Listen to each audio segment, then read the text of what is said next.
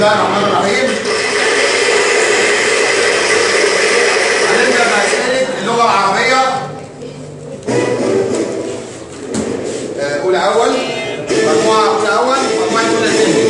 اتفضل يا أستاذ. أولى أول جدا معايا. الطالبان كلاهما مجتهدان. عايزين نعرف كلاهما. الطالبان كلاهما مجتهدان. 4 اختيارات: خبر، مبتدأ ثاني، حال، توكيد. خليك نفسك كده عشان اعمل الخلفيه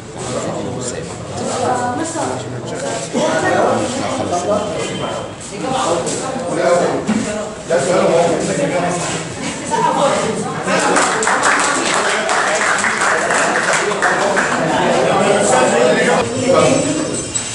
ما زال الماء من الكوب. الماء تعرف به فاعل، حال، مبتدا، خبر. لا ده إجابة صحيحة. برافو عليك. قال الإجابة صح؟ برافو.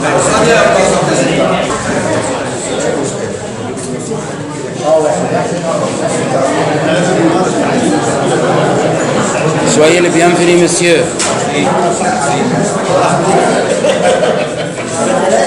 اتفضل. السؤال الثاني: الطالبان كلاهما مجتهد.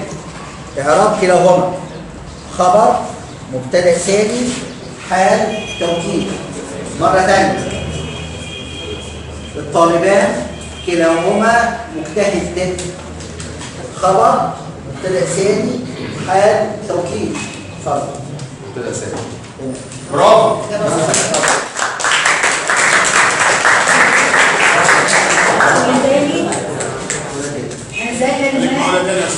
ما زال الماء ساخنا. الماء تعرف ايه؟ خبر ما زال، مبتدا، فاعل، اسم ما زال. اسم ما زال.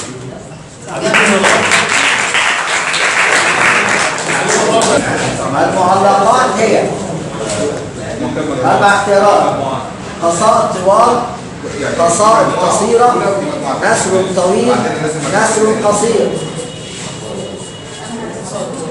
تمام، إجابة صحيحة.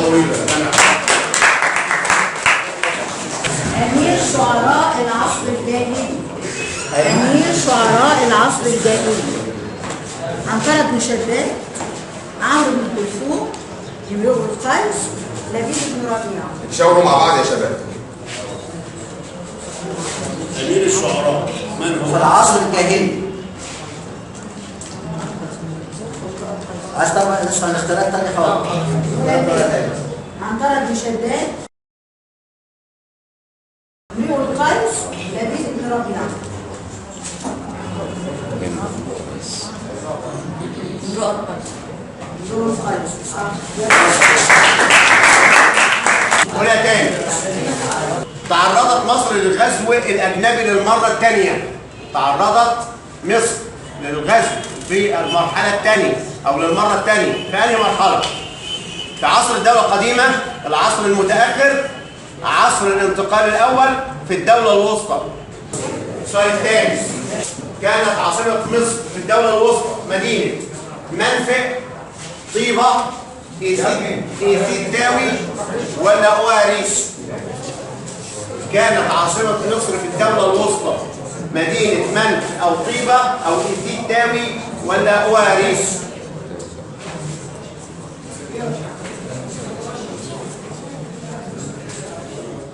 ما الإجابة؟ ستات. برافو عليك، الإجابة صحيحة. الإجابة صحيحة. المجموعة الثانية، أولى تاني. اختيرت مدينة إيثيوبيا عاصمة البلاد في الدولة الوسطى لأسباب اقتصادية، سياسية، دينية، اجتماعية. اختيرت إيثيوبيا لتكون عاصمة للدولة الوسطى، لتكون عاصمة الدولة الوسطى لأسباب اقتصادية، سياسية، دينية، اجتماعية. برافو عليك. قام بإلغاء منصب التوريث في منصب الحاكم والتقرير. مين؟ الملك رمسيس الثاني سنوسرت الثالث. ابن الحاج الاول اخناتون سنوسرت الثالث. صح.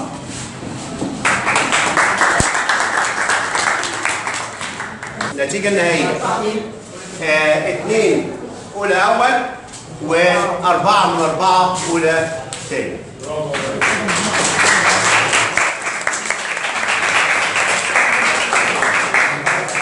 دلوقتي مع مادة اللغة الفرنسية. تسمحوا لي بس في البداية برحب بالأستاذ مجدي وهبة، كلنا بنرحب بيه موجه طبعا. اللغة الفرنسية. Soyez le bienvenu, monsieur. الأسئلة يا أولاد عبارة عن 4 أسئلة 4 questions et 4 choisis. هي أسئلة سهلة جدا. أولى أول هي شواء اختار. لو نوار سي نقط كولير. هنختار ان أو إن دي لو. برافو عليك. منى تي اي نقط بعد كده علامة الاختلاف. ني ان او على اقسام واحده. ني ان او على اقسام او تاني. ني ان او على اقسام اس. ني ان او على اقسام او تاني واس. Voilà la réponse, monsieur Magdi.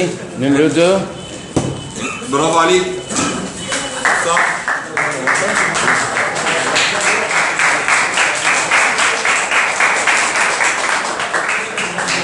أولى أول لوبير دومونا. L'aubert de Mona. نقط. بيتي آخرها في. بيتيت بعد في او. جراند بعد في او. لونج. والتاني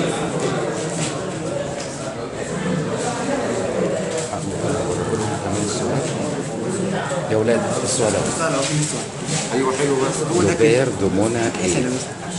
لوبير دو مونا إيه. نمرو